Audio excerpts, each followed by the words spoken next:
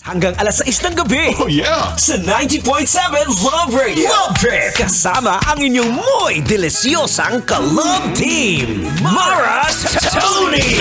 Mara Tony! Ikaw, anong trip mo?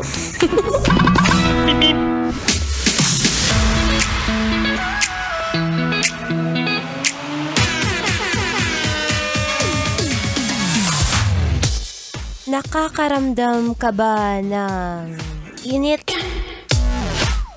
Init ng katawan? Hindi be! Init ng ulo! Init ng ulo na naramdaman natin ngayon kasi napakainit! O kaya ikaw, nang init-init ang ulo mo dyan sa partner mo na daldal ng daldal. Sas. Ano nga ulit gagawin kapag kaganyan? Basic na yung maratoni, edi humanap ng iba. Diyan tayo magaling. Konting misunderstanding lang, konting hindi pagkakaunawaan. Anong gagawin? Hahanap ng ibang mababahayan, ay! Pagka mga ganyan, no, minus points sa langit yan.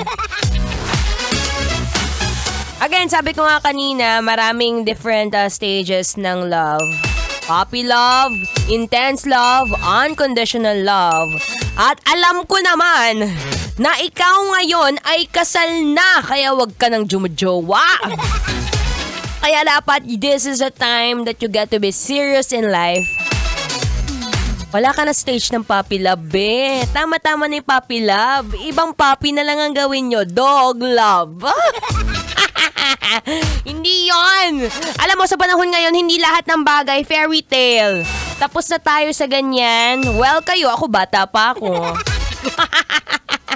Tapos na po ang buhay fairy tale. We have to accept the reality na lahat ng bagay dito sa ating kinagagalawan ngayon ay may kanya-kanyang conception. Conception?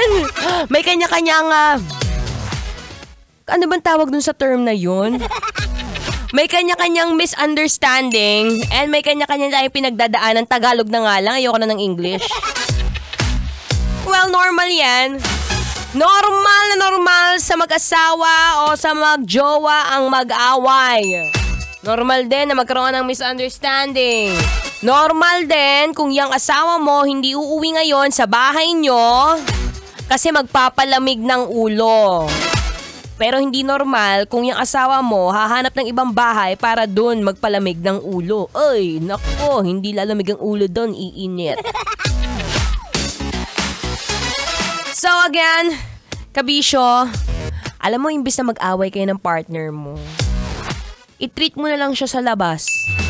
O sige, kung wala kang pera, mamaya pag uwi mo, kumuha ka ng sapatos. Kahit anong sapatos yan. Kahit nakachinelas. Go! Lumabas kayo. HHWW, holding hands while walking. O kaya pwede naman kayong tumakbo. Oo, magandang banding yan.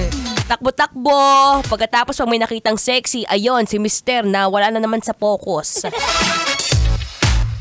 Again, this is the perfect time na you make your partner feel like he's or she's at home. Huwag ka nang humanap ng iba. Tama na.